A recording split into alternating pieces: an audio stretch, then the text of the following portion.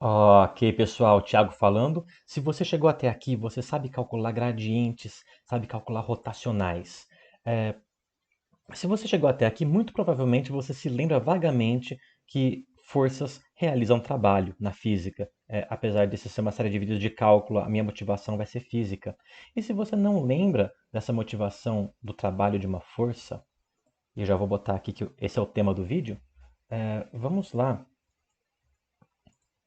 Estamos aqui.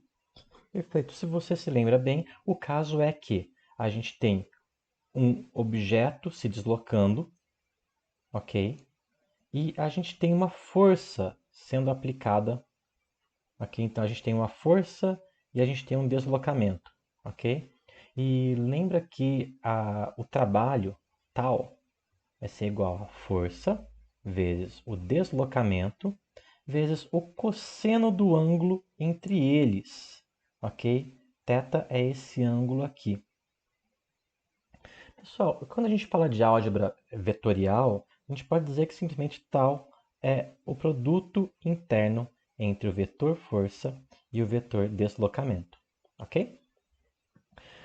Tá certo. Isso é tranquilo de calcular com essa fórmula quando nossa força é constante, quando o nosso deslocamento é bem comportado, ok?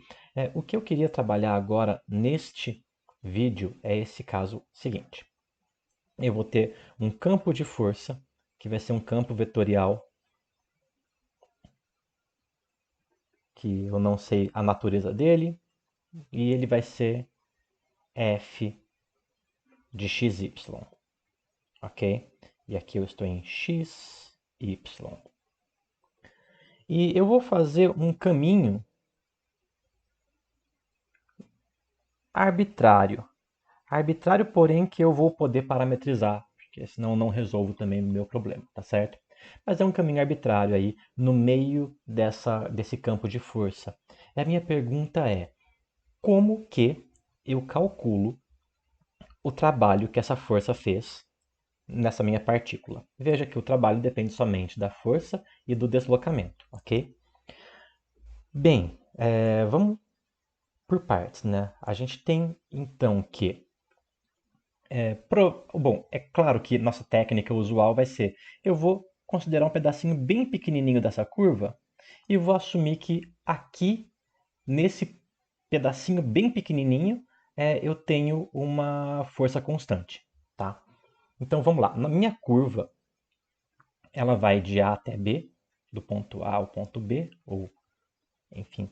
E eu posso parametrizar a minha curva, ok? Como que funciona uma curva parametrizada? Lembra que a minha curva parametrizada significa que eu tenho uma função r de t, ok? E a minha curva parametrizada vai ser x de t na direção y mais y de t na direção j, ok?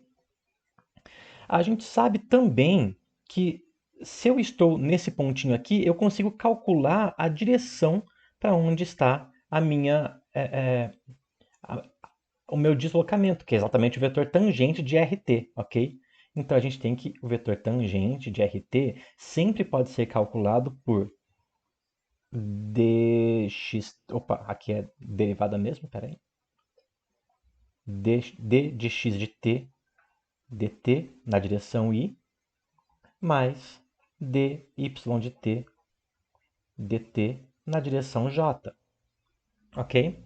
E o que é que nós queremos? E também a gente sabe que nesse pontinho específico, a força vai ser a força de xy, né?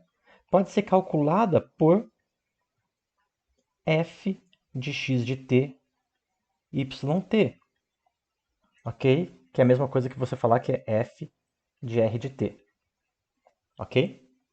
Veja como isso foi transformado, né? Aqui eu estou na minha configuração usual, que x e y são variáveis livres. Aqui eu parametrizei x e y, então eu uso t, calculo x, e a partir de calcular esse x eu consigo pôr de volta na função que gera meu campo vetorial f. E, claro, não esquecer que isso aqui é um vetor. Se eu quiser escrever isso de uma forma mais compacta, eu escrevo f de r de t.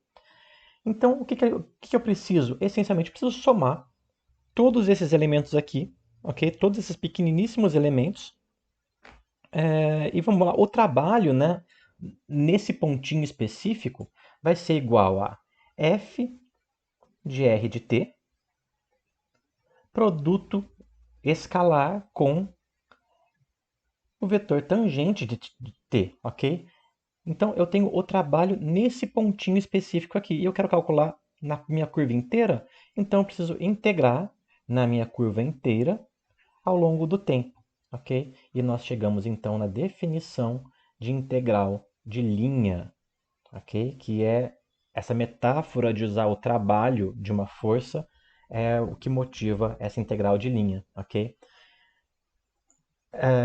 Então, certo. Então é isso, pessoal. A teoria que leva à integral de linha é essa que eu expliquei e a gente vai fazer algum exemplo no próximo vídeo, ok? Abraço.